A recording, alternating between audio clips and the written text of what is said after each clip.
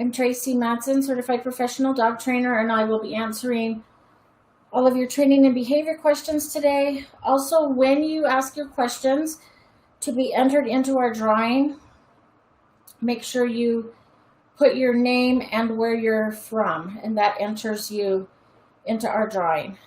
Just because when your messages come up, it just says like Facebook user or something like that, so it doesn't tell me who you are. So make sure that you put your name and where you're from.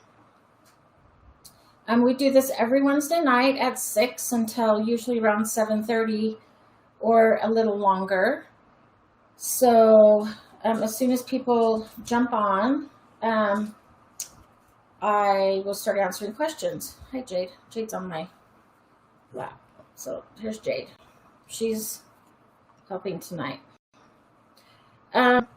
So I answered a question on Facebook today, and I wanted to kind of talk about it a little bit while we're waiting for people to jump on, just in case people are listening to the recording later.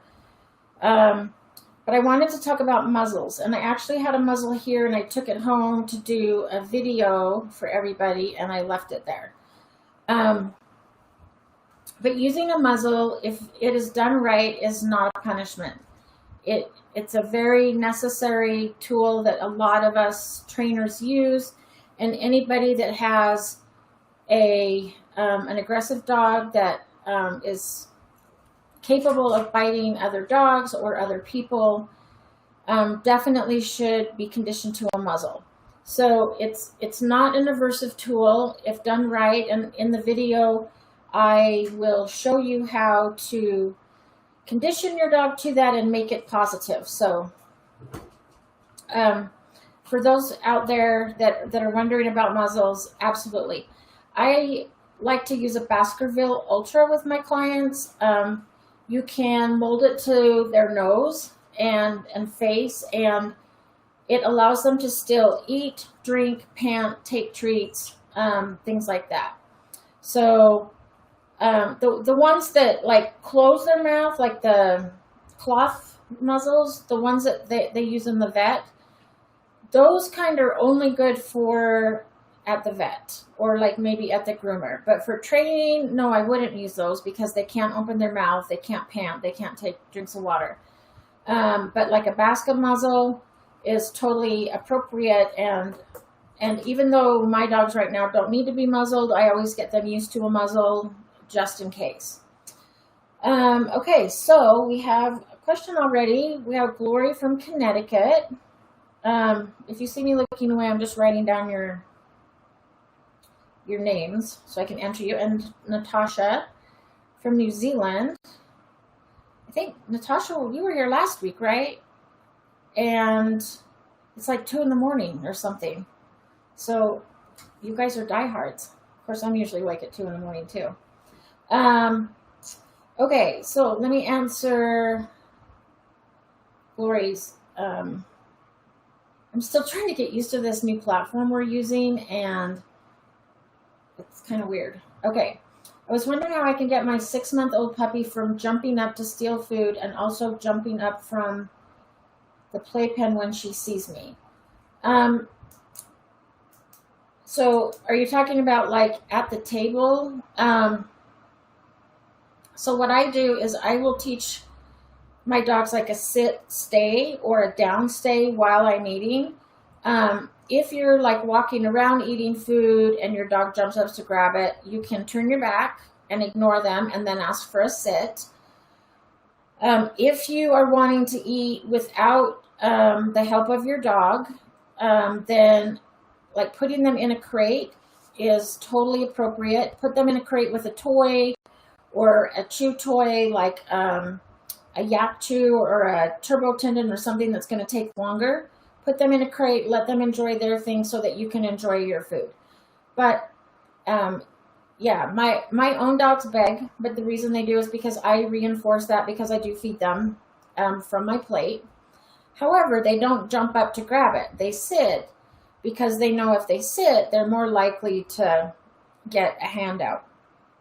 But you can do a sit and a stay, and keep them in a stay until you're done eating, and then give them a different treat for doing a sit stay while you eat, things like that. The one thing that's really important is that everybody in the house has to be on the same page, as far as if one person lets the dog jump up and they feed from the plate or give them food, then the dog thinks it's okay. And then if you don't want them to do it, then it's confusing for the dog. They don't understand, well, how come I can jump up and get food from this person but not this person? So everybody in the household has to be on the same page. Great question. Okay. When will I know it's time to introduce our 3.5-month-old puppy to the rest of the house? We've been keeping him in a room with baby gates on it, but just wondering for how long. I would do it now.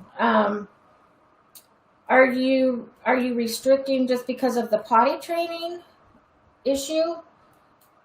Because your dog should get used to the rest of the house now and understand that the whole house is off limits as far as potty training, biting, chewing, things like that. So I would actually give access to them right now.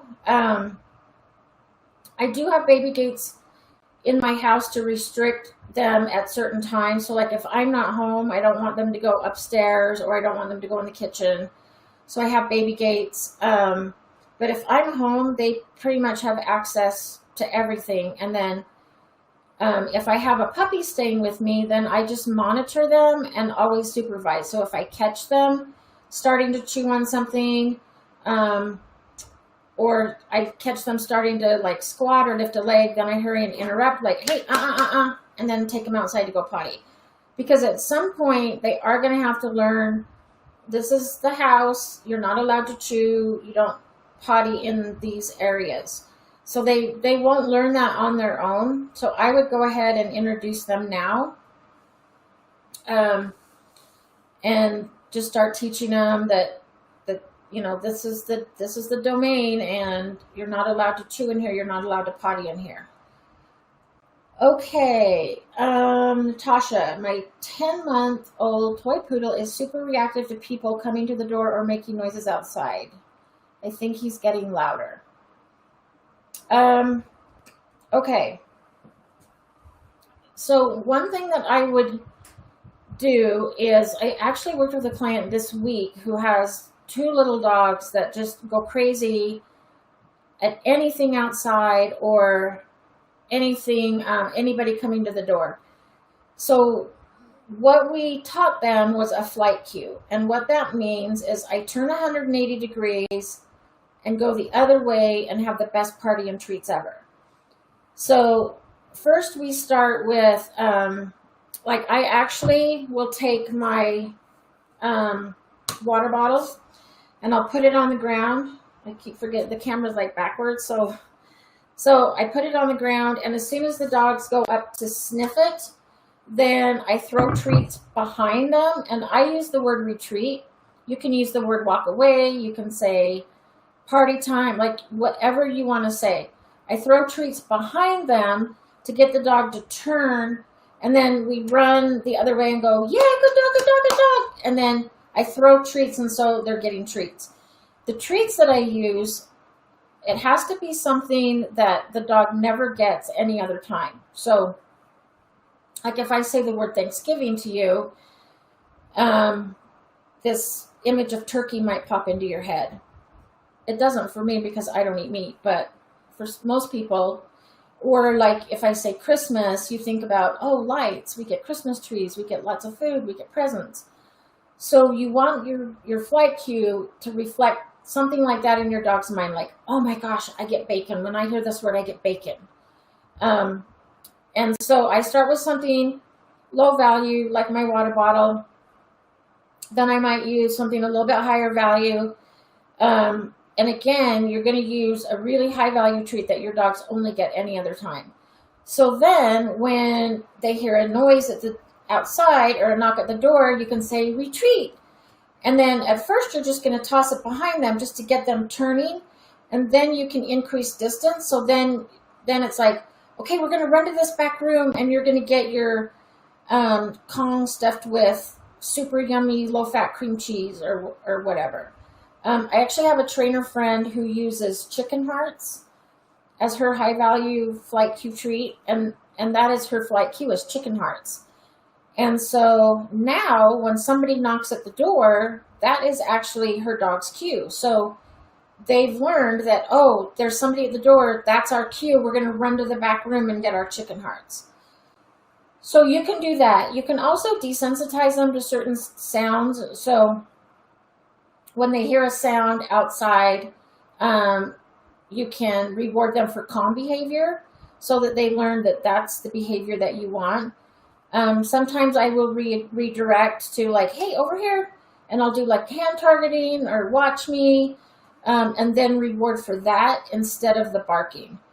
And you can do the same thing with door manners. You could teach, like, with my dogs, usually there's a couple things I do.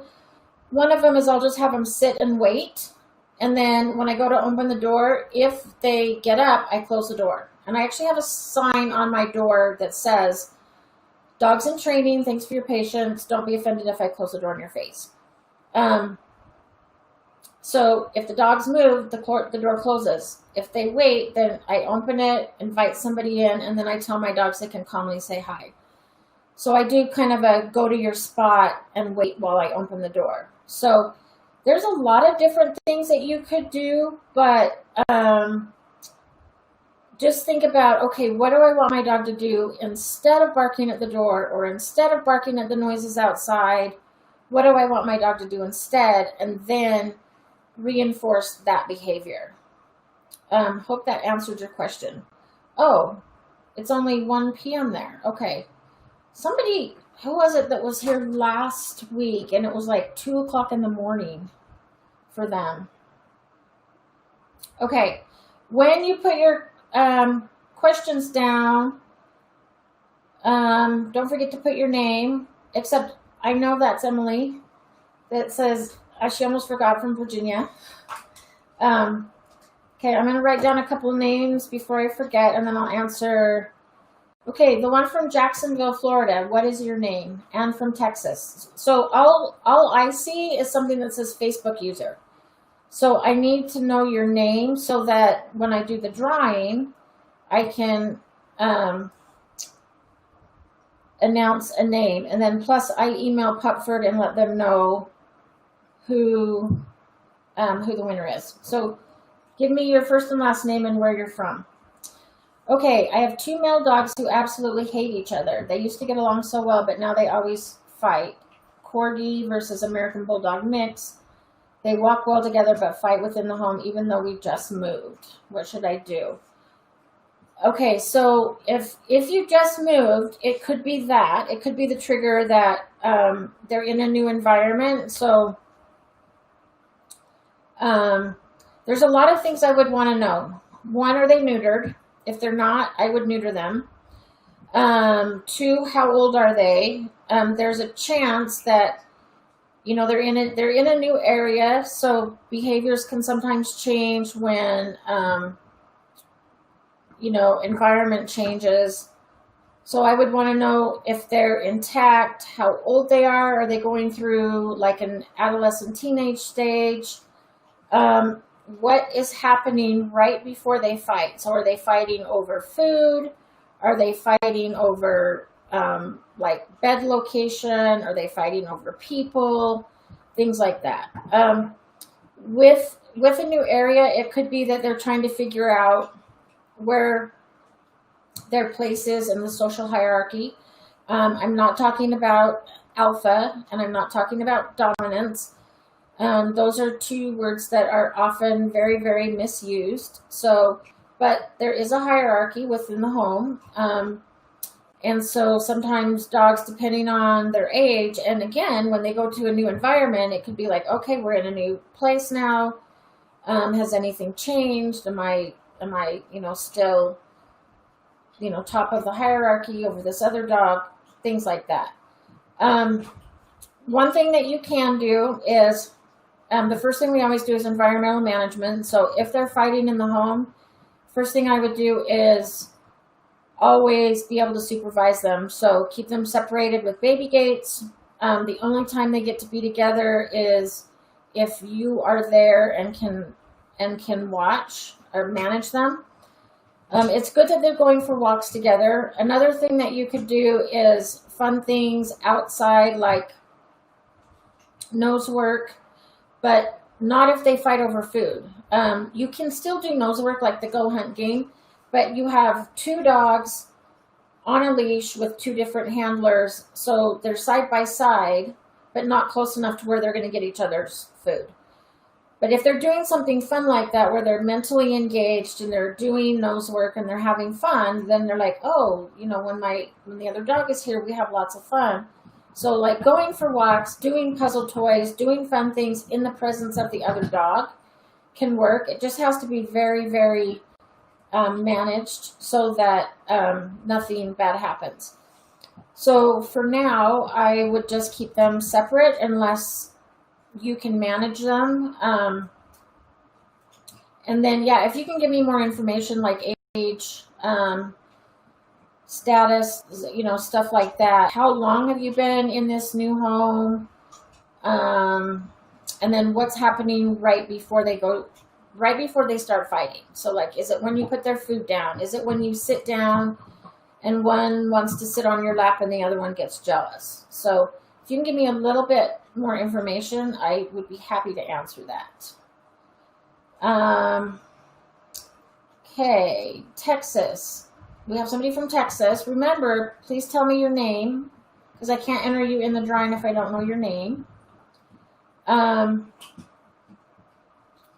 Okay, we were concerned about drop it and leave it when we have a toddler and cats. Okay, so the other thing is, this all says Facebook user, so I don't know if I'm still answering somebody's former question or if this is a new person with a question. So if you could just like put your name, again, that will help me understand if this is a whole new question or if we're adding on to the other. So to teach drop it, what I do is if a dog has an item such as a toddler's toy, then, so let's say that the dog has this pen in their mouth. Then what I will do is show them something of equal or higher value. So like a really good treat, I'll show it to them and say, drop it. And then as soon as they drop the pen to get this, then I'll say, yes, and then treat. And then you can always trade back too. So after they eat the treat, then you can say, okay, good, now you can have this back.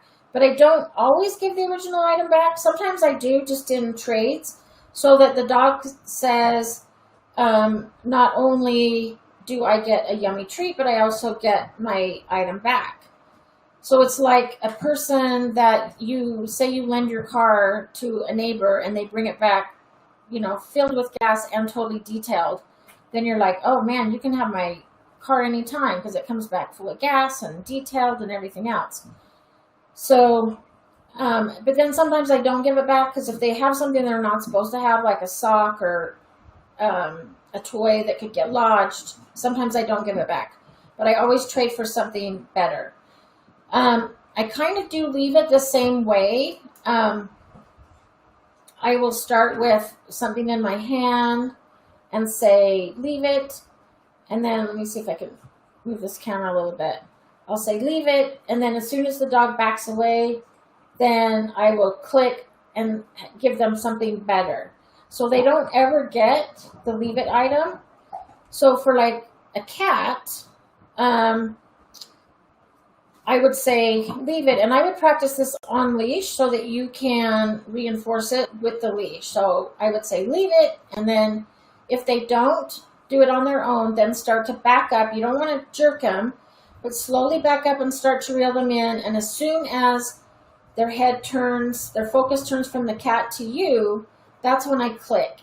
And then the reward has to be better than what you're asking them to leave, which could be hard if they really want to get at the cat. So you have to pick something really high value or reward with something more fun than chasing the cat. So it's like, leave the cat and then I'll play tug with you, or leave the cat and I'll throw the ball for you. So you could work on those. So with both drop it and leave it, the item that they're getting for dropping or leaving has to be of equal or higher value.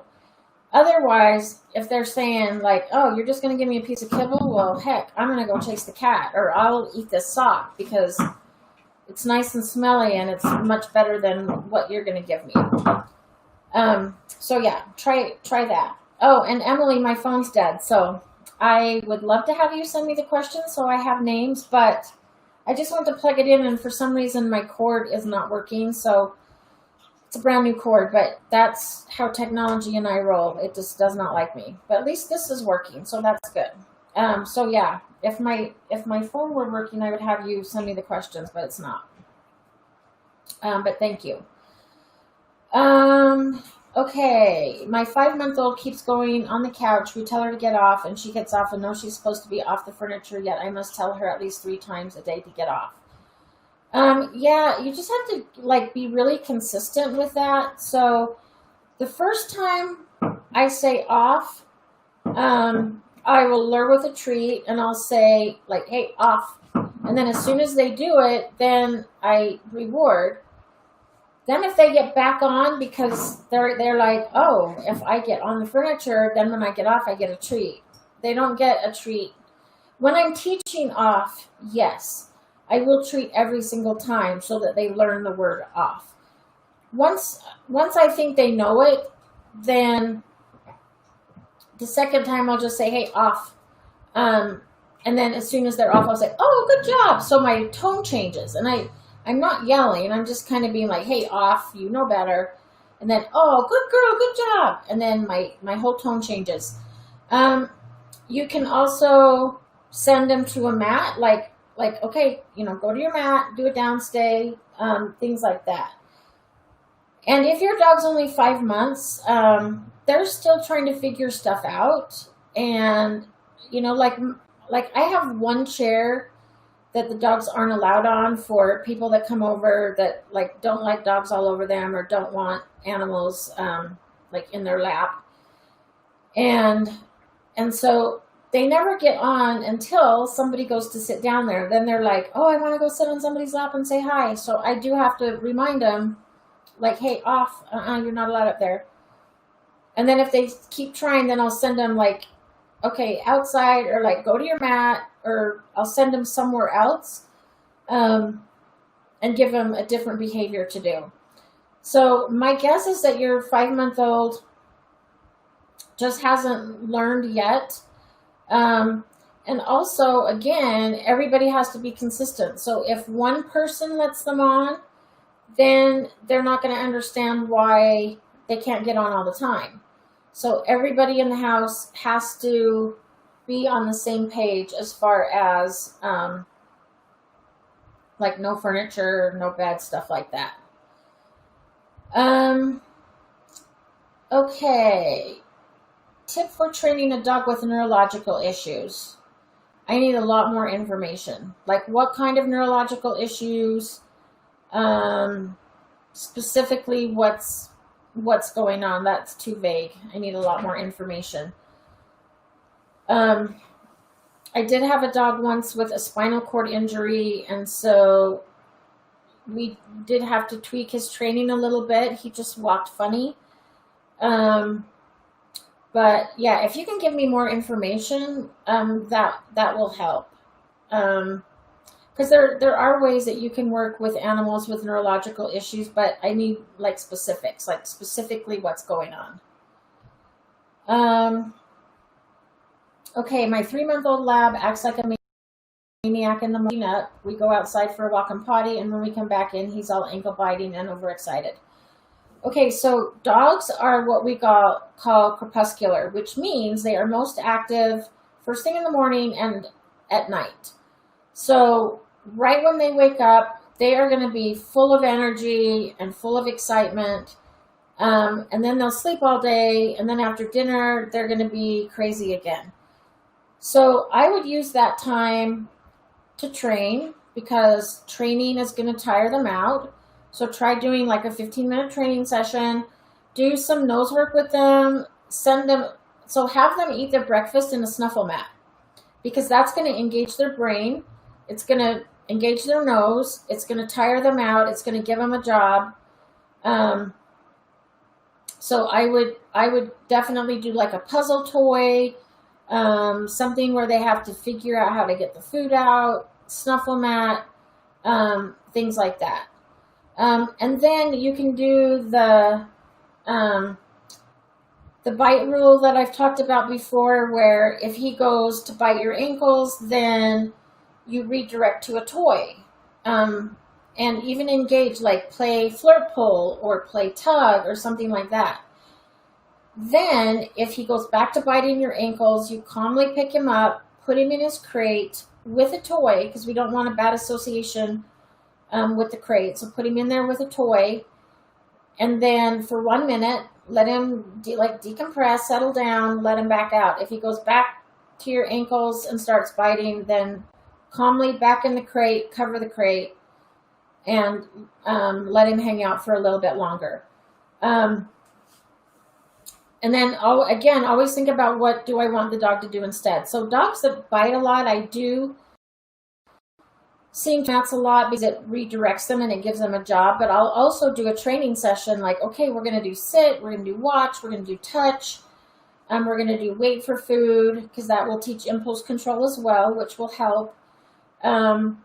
And so ignore the biting. You can say like, ouch, that's not okay. And then walk away and just remove your attention. But then show the dog what you want them to do instead. So instead of biting my ankles, I want you to go chew on this bully stick, or I want you to go to your mat, or I want you to sit and watch. Things like that. So just replace that bad behavior. It's not really bad behavior, it's just puppy behavior, but replace that behavior with what you want the dog to do instead. Okay. Let's see.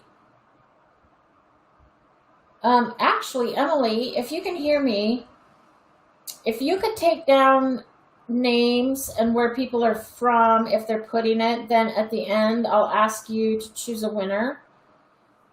Because I'm not seeing any names pop up. So all I'm getting is Facebook user. I don't have access to my phone because it's dead, but if you could start doing names and where they're from, then at the very end I might ask you to post like who the winner is, and we could do it that way.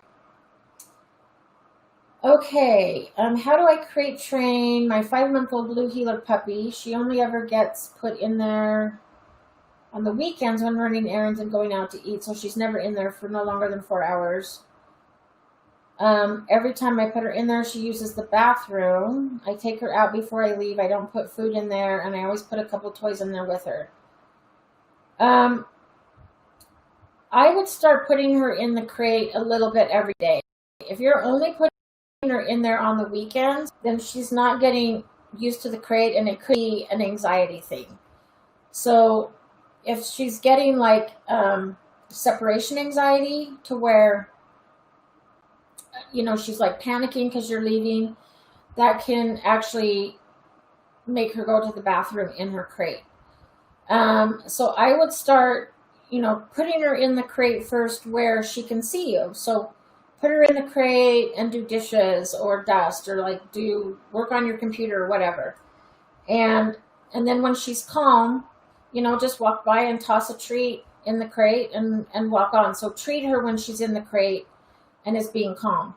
And start with really short amounts of time, and then slowly increase, and then start to like go out of sight for 1 second and then come right back in. So I would do it the same way you would do a separation anxiety protocol, where first they're just in the crate for short amounts of time, let her out when she's being calm, and then start slow departures, and I would do a little bit every single day so that they learn that, this is my crate. I get yummy bully sticks in here, and I get toys, and they're going to leave, but they're going to come back.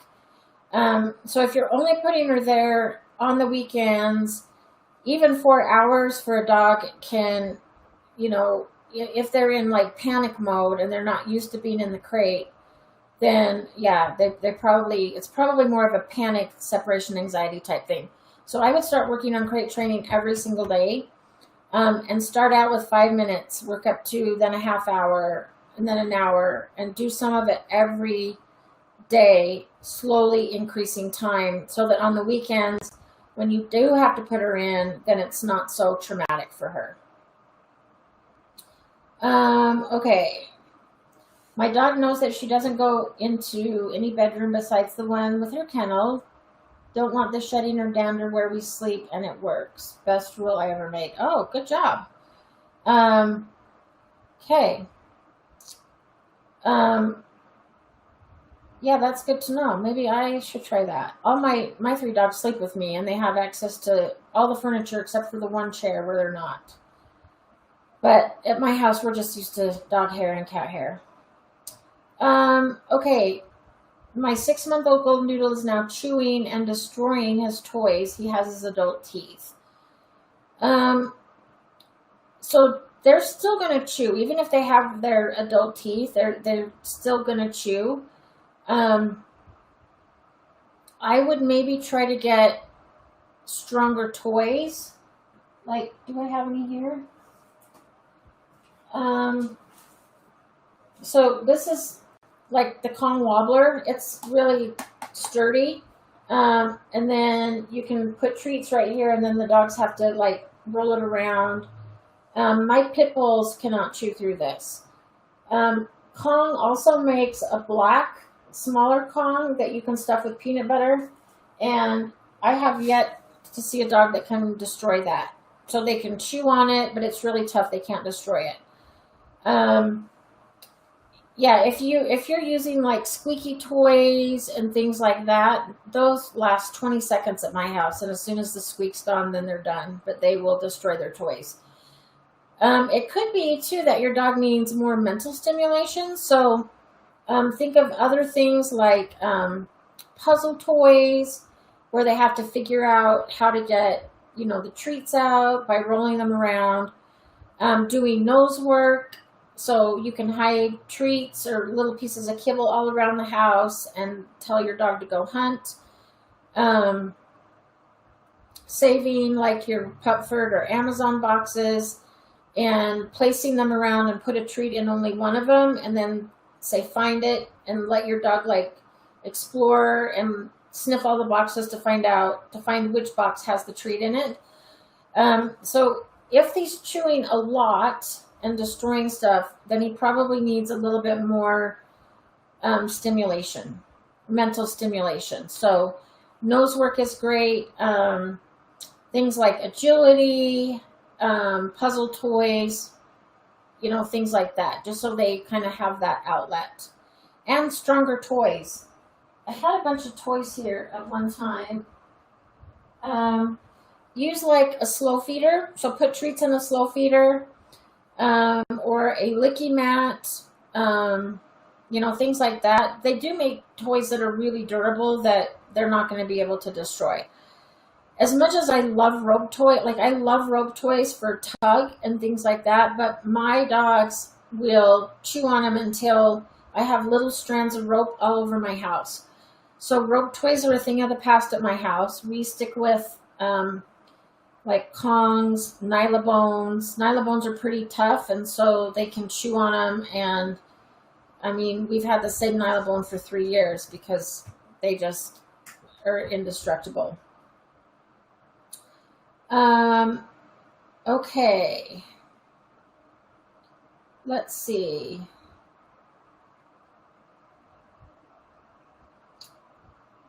Oh, I finally have a name. For some reason, some of these questions are coming up twice.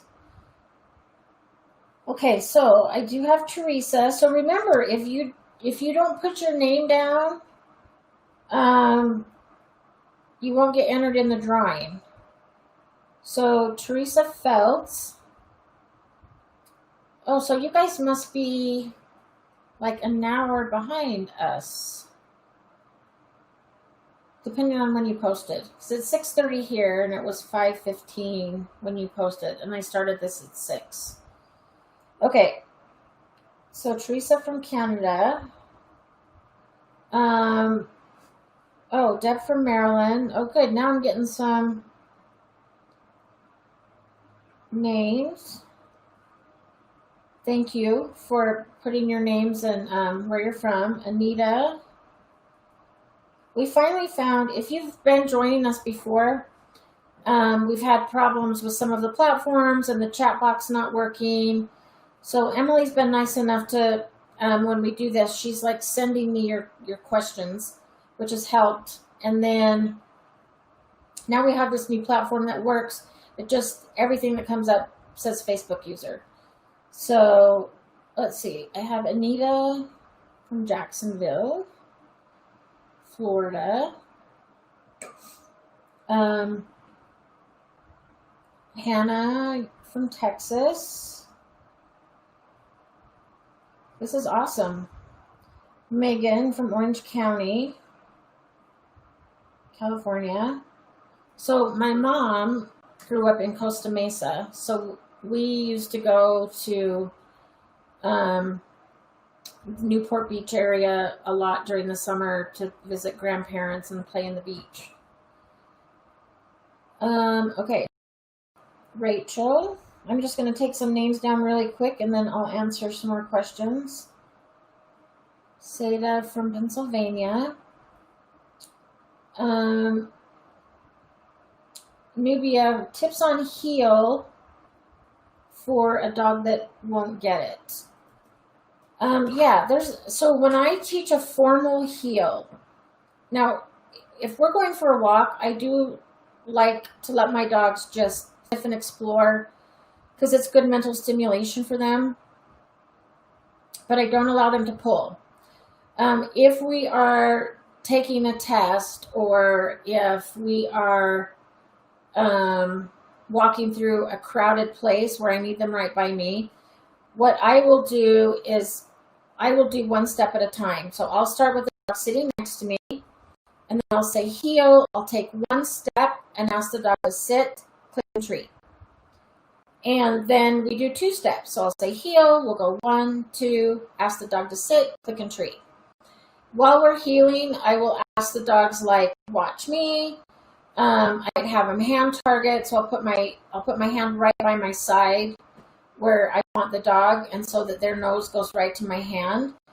And I will do that one step at a time. Once you get up to about 10 steps, then, you know, they kind of figured it. Then you can be like, okay, we're going to go 10 steps, and then I'll click and treat. If the dog starts to pull, then I change direction and say, oh, try again, and then we start over. You can also use things like a target stick, and I bet I left mine home. Oh, but I have a sucker. We'll use this.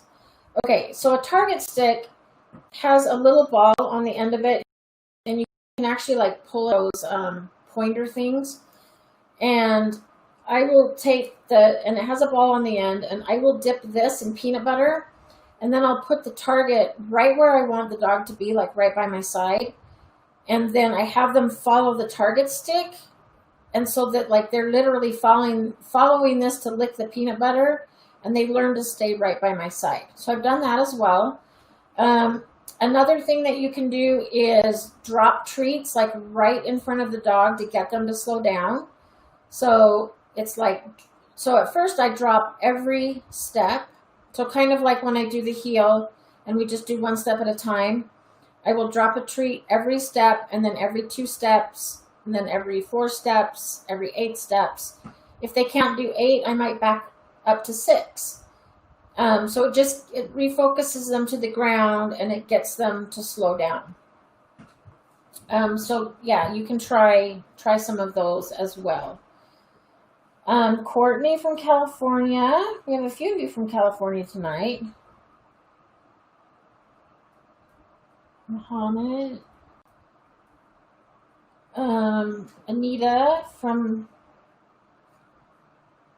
oh, Anita, I had you up here. I just didn't have your last name. Okay.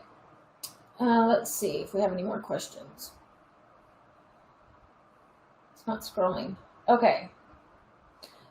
Oh, neither are neutered. Both are 4 years. Okay. I would neuter them first and foremost.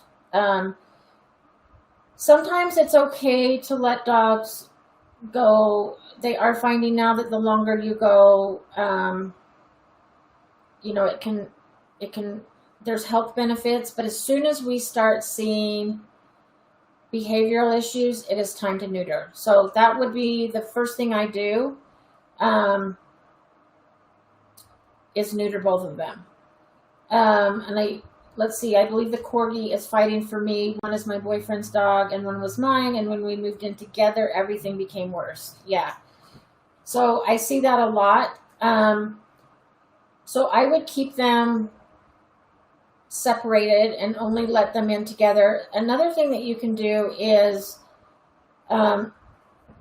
so when I would keep them both on leash for a while. So like your boyfriend has one dog, you have one dog, and it could be. So is this a place that neither one of you lived in before? So it's a brand new place for both dogs, and now they're trying to establish like their social hierarchy in this new place, living together. So that makes a lot more sense.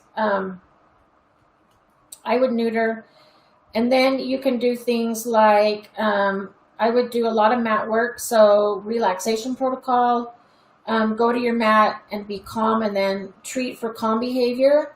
And then have one dog on a mat. So like have the other dog on the mat, have the Corgi on your lap, and the other dog is getting rewarded for being calm around the Corgi. And then switch. And then the Corgi goes on a bed, and that one, he gets rewarded for being calm, while the other dog is like on the couch with you or whatever. So yeah, it's a new place. It sounds like they're like resource guarding people, and they're trying to figure out their new domain, and things like that. For that, it's a little more in depth. I would actually probably recommend that you work with a behavior consultant in your area after you get them neutered. Pretty sure that they're going to tell you to get the dogs neutered first and foremost.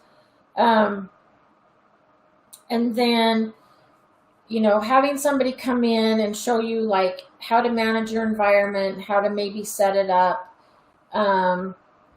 to where you can keep them both safe and learn to live together. Pupford has the one-on-one virtual consults that you can do with either me or one of the other trainers with Pupford. And that way, we Zoom with you, but we're able to like see your layout and stuff and kind of help you more in depth on how to do that. Or you can go to IAABC and put in your zip code, and there will be a list of behavior consultants near you. And I would actually probably recommend that you work with one of those if they're like fighting. But first I would get them neutered. Okay, Cheryl, my 9-month-old Whippet cannot stop counter surfing and also has recently started trying to chew up pillows. We've been trying to train him out of it for ages, but nothing seems to be working, and he's just getting smarter trying to catch us when we're not looking. Okay, that's a great question. So the first thing we do is environmental management. So I have a baby gate so that when I can't supervise, my dogs have no access to the kitchen. They're pretty good about not counter surfing, but I have one dog on prednisone, and so now she's hungry for everything, so I couldn't trust her in the kitchen any longer because she was getting in the garbage and breaking into cupboards and stuff like that. So just making access impossible to the counter is one thing. Teaching a good off. So when I first brought Jade home, she would jump on the kitchen table. Like, she would jump on everything. And I just taught her off and just said, hey, we don't do that off. And then I would reward her for being off.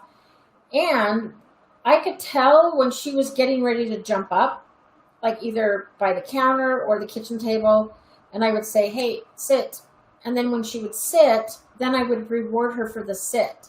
So I would catch her before she was going to jump up and then reward her for making a better choice. Like, okay, I'll sit. And then she would get a reward.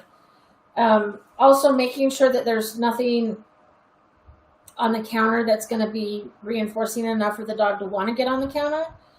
And if you are like cooking or doing something where you've got food spread out, then the whippet's not allowed in the kitchen. So it'd be a good time to teach a sit stay or a down stay or a go to your place, or even is it a him? Yeah.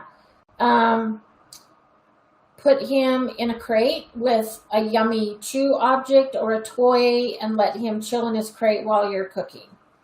And the same with pillows. If he's chewing up pillows, a lot of times when dogs are destructive, there's either an underlying anxiety or it means they're not getting enough stimulation. So what I would do are like more puzzle toys, snuffle mat, nose work, agility, like something to stimulate him so that he isn't wanting to chew stuff up. So try to give him like more mental stimulation as well as like, walks and stuff like that. So nose work, snuffle mat, puzzle toys. I like the ones where they have to figure out how to get the treats to come out. So again, the Kong wobbler.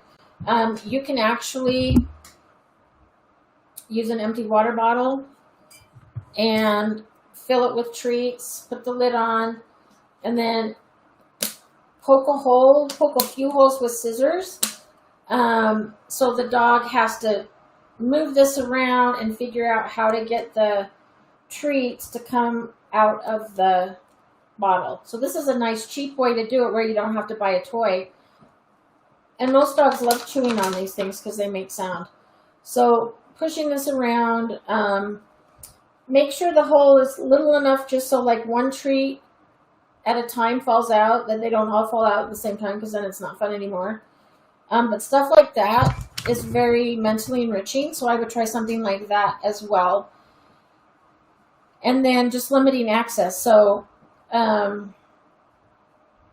like, if it's pillows on a bed, I would close bedroom doors. If it's pillows on a couch, either put him up if you can't watch him, or you can always tether the dog to you so that you can catch him making good choices and reward him for that, but catch him right before he's ready to go for a pillow and interrupt and then show him what you want him to do instead. So it's like, pillows. Because if you think about it, a pillow looks just like the squeaky toy without the squeak. So in the dog's mind, it could be like, oh, this is just a giant squeaky toy and I can tear it apart and get the stuffing out. So it's up to us to teach them, oh, sorry, pillows are off limits, but here is your toy. This is what you can chew on. So try that. Let's see, winter horn. Oh, tips for training a dog with neurological issues. Rescued a dog with Lyme disease that has issues with movement, anxiety, aggression, and overexcitedness. Even after 3 long walks, he will jump and wiggle back and forth for hours. He can't concentrate to perform basic commands he knows how to do. Okay, so a lot of dogs with neurological issues, and especially if there's a lot of anxiety, a lot of times those dogs need to be on medication. And some of them have to be on forever, and some can eventually be weaned off. But I would talk to your vet and And also just be really patient and understand that that dog is dealing with um, like more cognitive issues, so he may not be able to learn things as fast, and may not catch on as quickly. So we have to be super um, patient with them and kind of go at their pace. So the first thing that I would do is talk to your veterinarian about anti-anxiety medication, because even the aggression, and usually aggression has an underlying stress or anxiety component to it. So putting dogs in, and I am not pro medication for all dogs.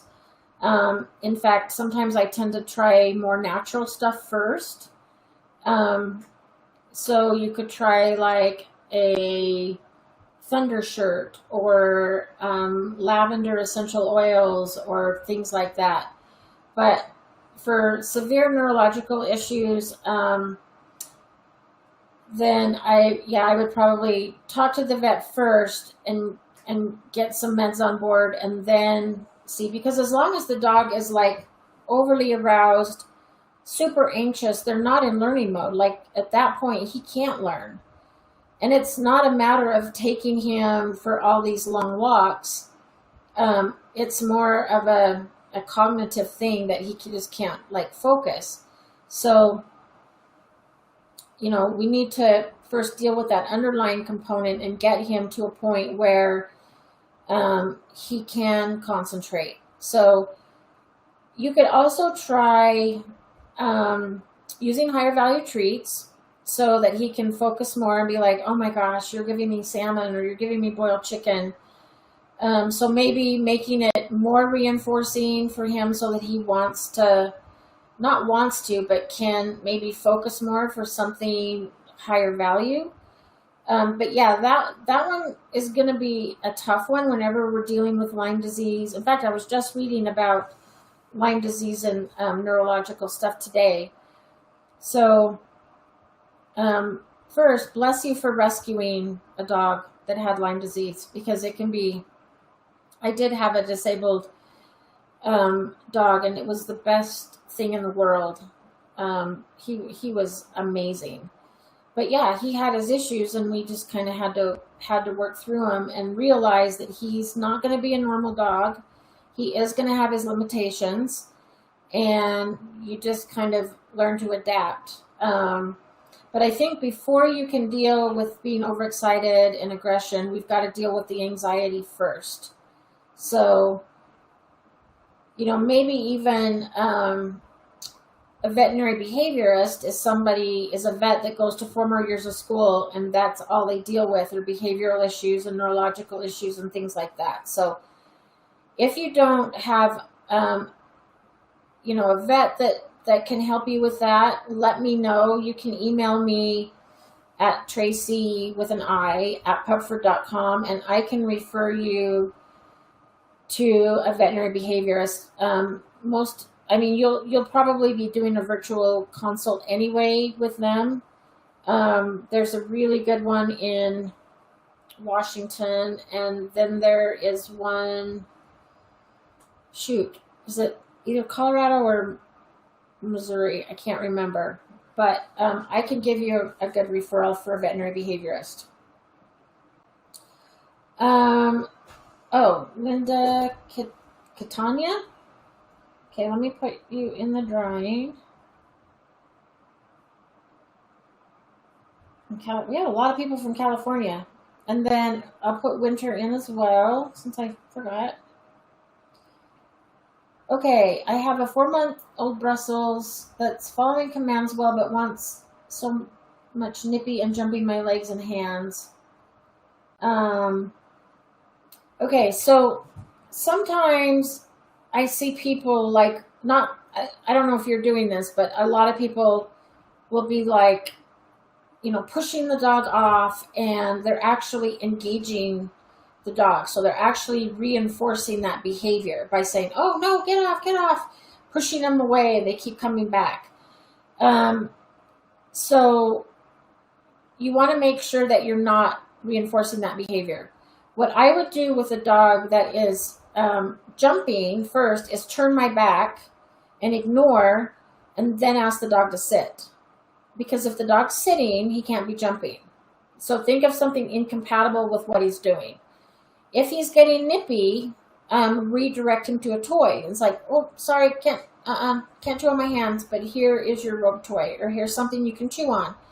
If he goes back to chewing on you, then you calmly pick him up, put him in his crate for 1 minute with a toy, so that we don't create a negative association with the crate. Let him kind of calm down for 1 minute, and then if he goes back to nipping at you again, then it's back in the crate with a toy. Cover the crate, leave him in there for longer to decompress.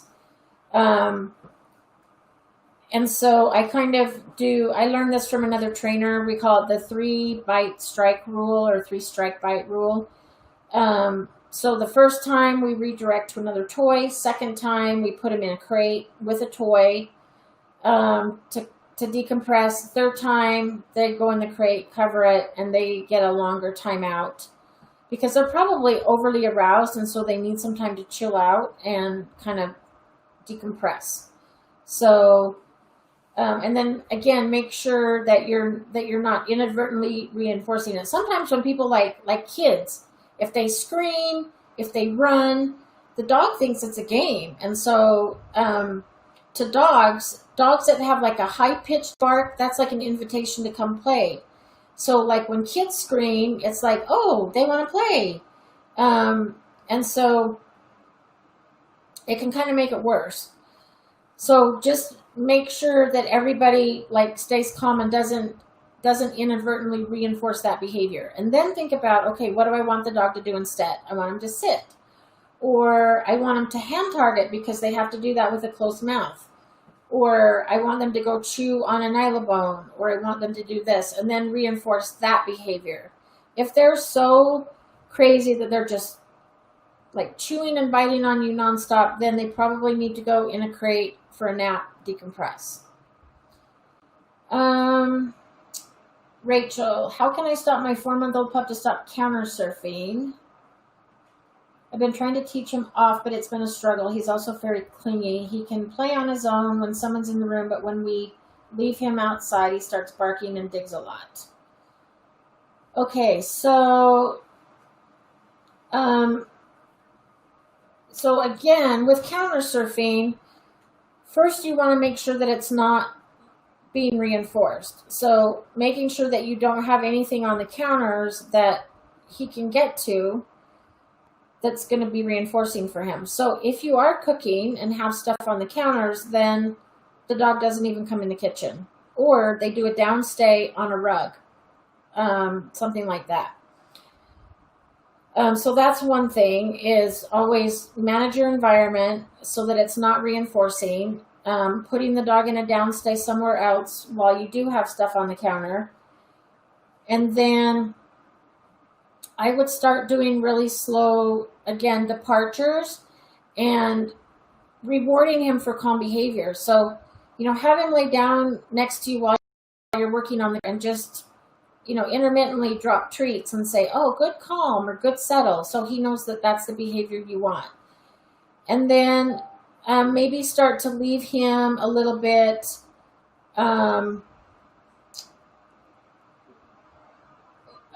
like little amounts of time. So when you put him outside, come in, go right back out. And then come in for 5 seconds and then go out. So start to leave him and then build up the amount of time that you leave him. If he's digging, it's probably anxiety or boredom. So if you can give him something else to do outside, like a really good puzzle toy, a stuffed Kong with peanut butter that's frozen. So stuff the Kong with peanut butter. I usually will add in like some kibble, treats, chopped up carrots and broccoli. And I will then freeze it so the dog has something to chew on that's going to take longer to go through. So giving them something really fun to do outside. so they're not digging. I actually have one spot in my yard that the dogs are allowed to dig. So you can create like a sandbox type thing and hide toys and hide treats in there so that they can dig through and find the treasures that you've like placed in there. If you catch them digging in another place, then just interrupt them and take them back to the place they are allowed to dig in.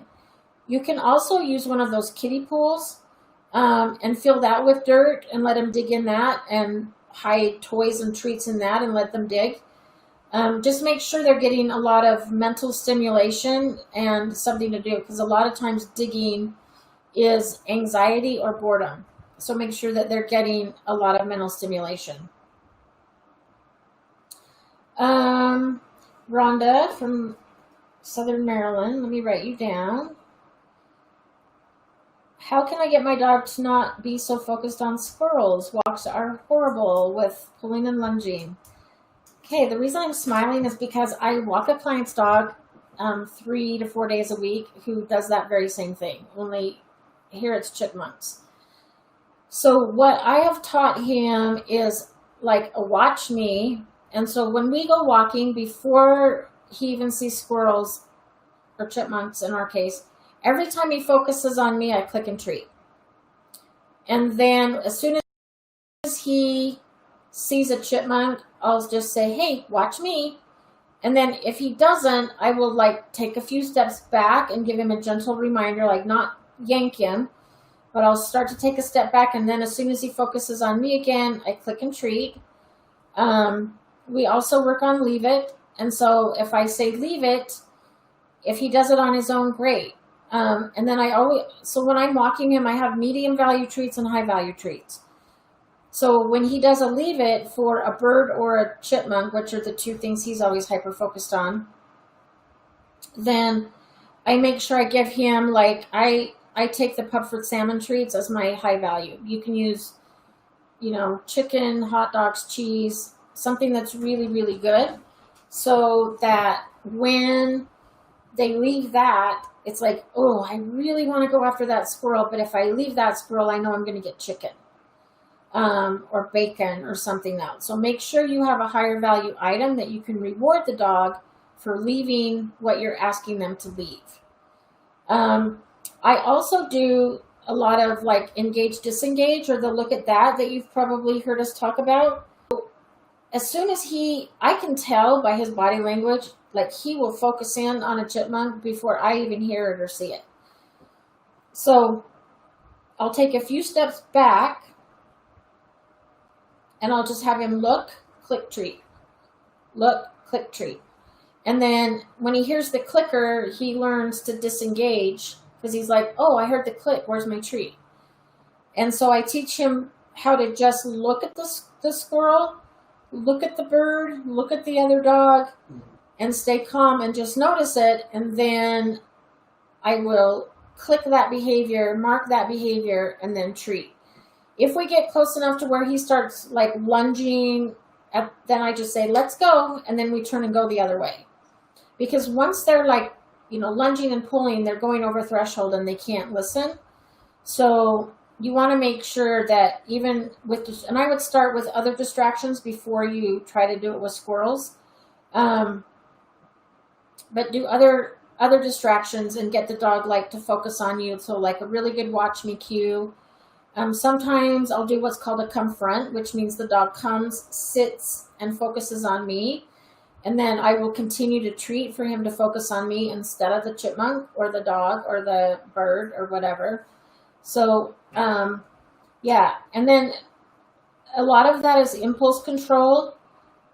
So, leave it, sit, stay, and then we're just going to walk by. And when we walk by, you're going to focus on me and I'm going to give you treats.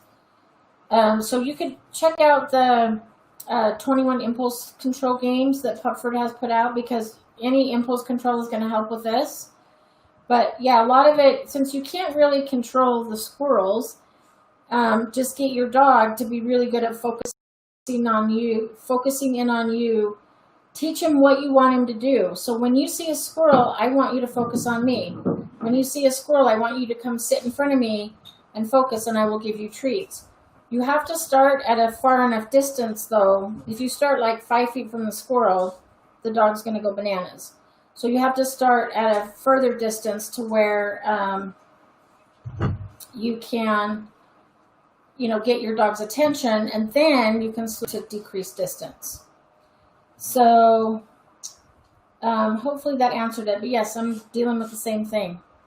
Oh, by the way, one of the founders of Pupford, it's his birthday today. So jump on Pupford and just say happy birthday, Mike. So it actually popped up on my Facebook. So it's Mike's birthday today, one of the founders of Pupford. Okay, how do you get a 7-month-old dog to stop jumping on people? Okay, great question. I'm going to use my little dog Jade as an example. So Jade jumps on people, and it's because she's a cute little pit bull Boston Terrier mix, and she loves to jump on people because she's very friendly and likes to say hi. The problem is everybody reinforces that behavior and they give her attention. So if I say, please don't let Jade jump on you, then she, they'll say, oh, like, Jade, get off, your mom's going to get mad. And they'll like push her off, talk to her, but they're inadvertently reinforcing that behavior because they talked to her, touched her, gave her attention. So instead, you have to tell people, if my dog jumps on you, I want you to turn your back and ignore, and only say hi when the dog has 4 on the floor. So 4 feet on the floor, you can say hi. If the dog jumps, then turn your back and ignore. So it's hard because you have to really kind of train the people to help you with training. You can also say, like, teach your dog to sit, because sitting is incompatible with jumping. If your dog's sitting, they can't be jumping. So if somebody comes into the house, I will say, okay, Jade, sit. And then when she sits, then I'll tell people, okay, now you can say hi, you can pet her, give her attention because she's sitting. If she starts jumping, turn your back, walk away. So yeah, that can be a hard one because some people say, oh, it's okay, I love dogs. You kind of have to say, well, we're training our dog not to jump, so just please turn your back, or ask the dog to sit. And if the dog sits, then you can pet him, say hi all you want, give him treats. So yeah, it's very common, but it's a pretty easy one to fix.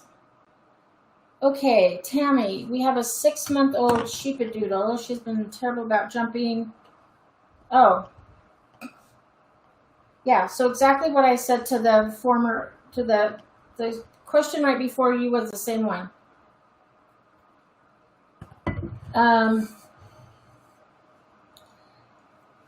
So I'll expound a little bit. She weighs almost 60 pounds.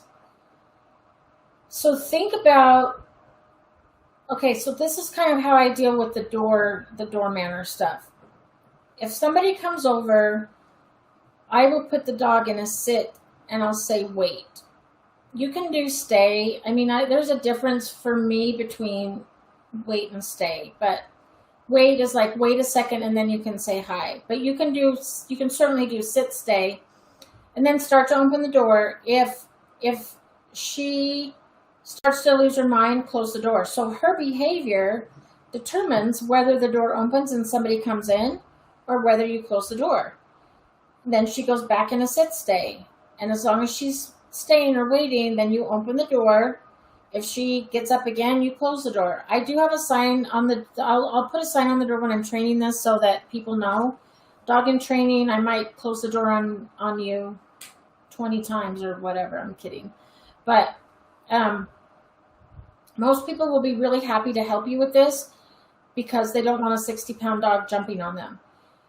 So then when the dog sits and waits, then you can open the door, have somebody come in, and then you release your dog. Okay, go say hi.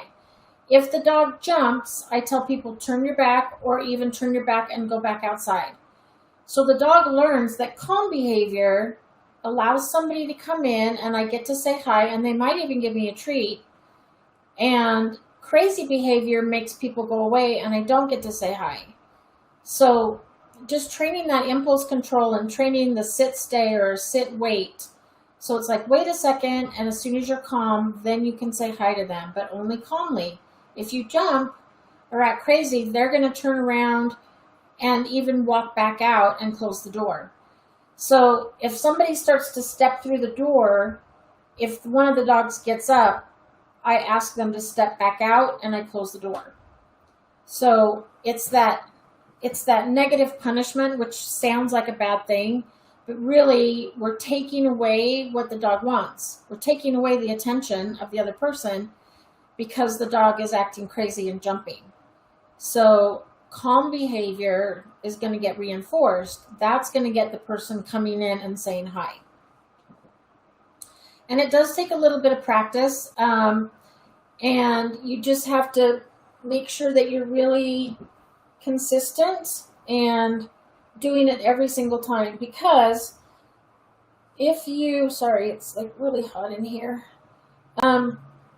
If you get kind of like, oh my gosh, I'm just tired of dealing with this, just come on in, then the dog gets reinforced for it, and then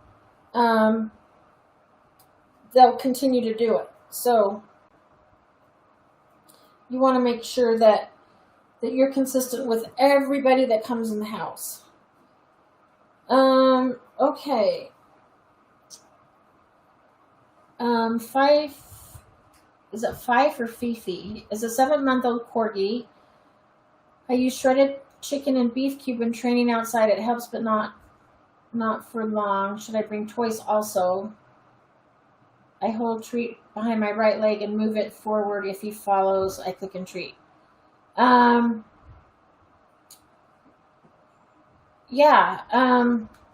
are you talking about like healing or learning to walk on leash? So you're holding the treat right behind your right leg, and then move it along, and then if he follows and stays right behind your leg where you want, click and treat. Absolutely, that's a great way to do it, and it slows the dogs down, and it teaches them right where you want them to be. Della, I need to write your name down. So we'll go for about 15 more minutes. Usually after an hour and a half, I don't have a voice anymore. From Austin. I actually have a really good musician friend that moved to Austin because there were more opportunities for him to play music there. Okay, Jack is 6 months and will not come. Runs away when called and will not come, even with treat lures. Okay, so I only teach come on leash.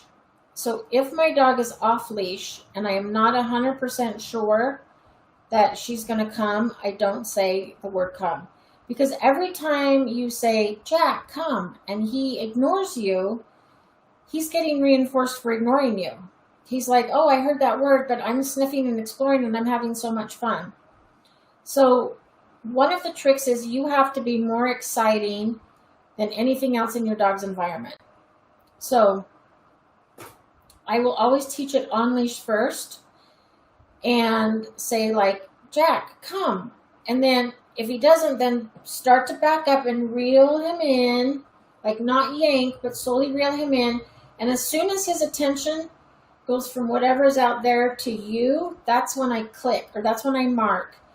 And then when I reel them in, it's like, oh, good job, good job, good job. And I make it like super fun and exciting and use high value treats. And we practice it a lot. You could even start by playing the hide and seek game inside your house. So have one person hold Jack and then you hide and then say, Jack, come find me. So that it coming is always fun. It's like the hide and seek game. We'll even like go for walks. I'll like duck behind a bush and say like, Jay, come find me. I still have her on leash. So I can still, kind of like reel her in and help her come. And then reinforce it. So I'll start with a 6-foot leash, and then I'll use a 15-foot leash, and then I'll use a 30-foot leash, and then I might have them drag a leash, and then before I let them off leash, We'll go to like a fenced-in tennis court or something like that and practice where they can't go too far away. Now, if we're out and my dog's off leash and I'm not 100% sure that she's going to come, I do not say come. I will whistle. I'll say, let's go this way. But a lot of people poison the word come by using it when then the dog doesn't come. And I've even had clients where we've had to come up with a different name. Like, we can't use come anymore because your dog totally ignores that word. So I only use the word if I'm 100% sure. So if your dog's running towards you anyway, because you have a super yummy treat or their food, then you can say, oh, Jack, good, come. And then reward. But if you're outside with distractions, I would totally teach it on leash and make sure you have high value treats. You also want to make sure that coming to you is never negative. So it's never like, come to me and I'm going to put you in your crate, or come to me and I'm going to put your leash on, or come and we're going to leave the dog park. It should always be, there should never be any negativity associated with the word come. So, and it could be that if you have treat lures, that it's not reinforcing enough with what's going on in the dog's environment. So like where I live, we have moose and deer and rabbits and everything. So when I practice recall with my dogs, I bring bacon because I know they will come for bacon, or salmon or something like that. So I use something really high value so that coming to me is more fun than anything else. So yeah, it just takes a lot of consistency. And I would definitely teach that on leash until your dog is really, really good at it, before you trust your dog off leash. Okay. Courtney from California. Any suggestions on getting my puppy to stop barking when people walk by, like from the window inside the house? Okay, that's a really good question. So remember that any behavior that is reinforced is going to continue. So if your dog is inside and barking at people and they walk by and leave, in your dog's mind, he, she, it doesn't say, I'll just say she. In the dog's mind, she's making that happen because she's like, if I bark, I can make people go away. So like, this is my house, this is my home, this is my property. If I bark at people, I can make them go away. So the first thing we do is always environmental management. Sometimes we have to use blinds or drapes or window film, something so that the dog can't see out. Because we can't really tell people, don't walk by my house anymore because my dog barks. I mean, you could, but they'll probably tell you to go pound sand. So first thing you always want to do is environmental management. Now, I do let my dogs bark once to alert me that something's going on outside, and then I'll go look and I'll say, oh, okay, everything's great, quiet. And I teach a quiet cue, and you might have your dog like bark, bark, bark, and I'll say quiet, and then I wait for them to like take a breath or be quiet for 1 second, click, treat, good, quiet. So then I reward that quiet behavior. You can also teach a cue that means like move away from the window. So whether that's a flight cue, like retreat, like move away from the window, come to me and get a really yummy reward. Like a go to your mat and I'll reward you for going to your mat and being calm. You can also do the look at that game, which is you stand by the window with your dog, and as soon as they see somebody and they just look, click treat. If they bark, then you move further away from the window, and it's like, okay, let's go, and then you start further away. Sometimes dogs bark more when there's a barrier, so you could even start this like out on the porch and have, as soon as your dog sees somebody, they look, click treat. They look, click treat. When they hear the click, they learn oh, that means treat. So they'll look away from the person for the treat. And then eventually they will like look at the person, learn to disengage, like, oh, there's the person. I looked at you. Where's my treat?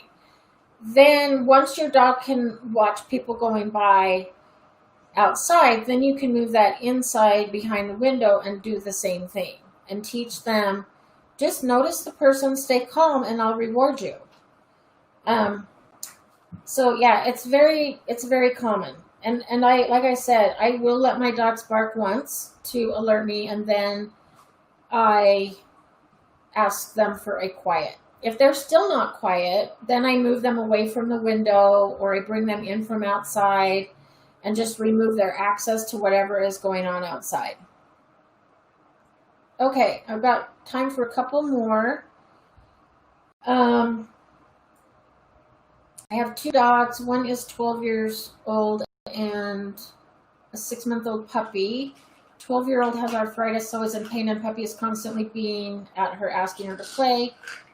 And then she starts barking. Morning and evenings are crazy. Yeah, so with a 12-year-old, you kind of have to be the advocate for the 12-year-old, because I have an 11-year-old, and when she is hurting, she doesn't want the two youngsters like bugging her and playing with her. So a lot of times she'll go lay in her crate on her own, and then I will even sometimes close the door just to keep the younger two dogs away from her, so that she doesn't have to deal with them. When she's not in pain, like, she's fine being around them, but when she is in pain, I will often restrict access of the two younger ones. So yeah, your 12-year-old is in pain, and then you have a puppy that just wants to play. So, and then which one's barking? Is it the younger one that's barking, the puppy, because the puppy wants to play with the older one? I would just redirect and just say, oh, sorry, that one doesn't want to play right now, so let's redirect you to a snuffle mat, or let's redirect you to a rope toy or something else, and create a safe place for the 12-year-old to go when they don't want to play. And mornings and evenings, like I said before, that is the most active time for dogs. They are most active sunrise and sunset, and that's when they're going to be crazy. That's when they want to play. So redirecting the puppy, giving the puppy something else to do, and giving the 12-year-old a really safe place to go where they can just go chill, that's off limits to the puppy. So baby gates, crates. I have a crate in my living room. I just leave the door open, and Maddie will just go in on her own and lay down. And then I usually try and then keep the other two dogs away from her. I strained my back last week, so I just took some ibuprofen. Okay, I have a 9.5-week-old German short hair with food aggression, food guarding, and inhales her food. We've had her 1.5 weeks. I'm feeding her 3 times a day to put weight on her. I feed her last. I have a small 13-year-old dog and another 11-month-old German Shepherd. So you could work on this yourself, depending on how dog savvy you are. I don't think you need a full behaviorist. So and when I say the word behaviorist, that is somebody that has a PhD in one of the behavioral sciences. You could get a behavior consultant. What I do is, when I first brought Jade home, she was a little, she would eat her food and then go try and eat the other dog's food. So at first I fed them separately. So one would eat in a crate, one would eat behind the baby gate, and then the third one would eat somewhere else. And I always supervise, because if So if the one that's aggressive finishes first, then you put that one in a stay while the other two finish. So even with baby gates or anything else, you don't want to let the other one have access or even get close to the other dogs. Just teach them, you've got to sit and stay while the other two finish, and then I will release you. So it sounds like if you've only had her for 1.5 weeks, then yeah, she's still figuring out, like, where she fits in the social hierarchy, and sometimes, depending on the litter, like sometimes the runt of the litter didn't get as easy access to mom's milk as some of the other puppies. And so then we see resource guarding and things like that. So and yeah, you can feed her last, but I would still separate. I would always separate them and don't let them commingle until all of them are done. And then you can start to work on trades. And if she's resource guarding, is she doing it with people too, or just with dogs? Because what I do is, like, I know my dogs they like their toys, but they don't resource guard their toys. However, if they're getting a yak chew or bully sticks or something like that, it's always supervised and it's always separate. So again, one's in a crate, one's outside, one's on the other side of the baby gate. They get to enjoy their resource, and then I don't let them all back in together till everybody's done or until they don't want it anymore, and then I pick it up so it doesn't become an issue. So I would try that, and yeah, if it's not working and you feel like you need help, then yeah, I would look for a behavior consultant, a science-based trainer, or again, Pupford has the one-on-one virtual consult. So one of the trainers on staff with Pupford can also help you and figure out a really good management plan to help with that.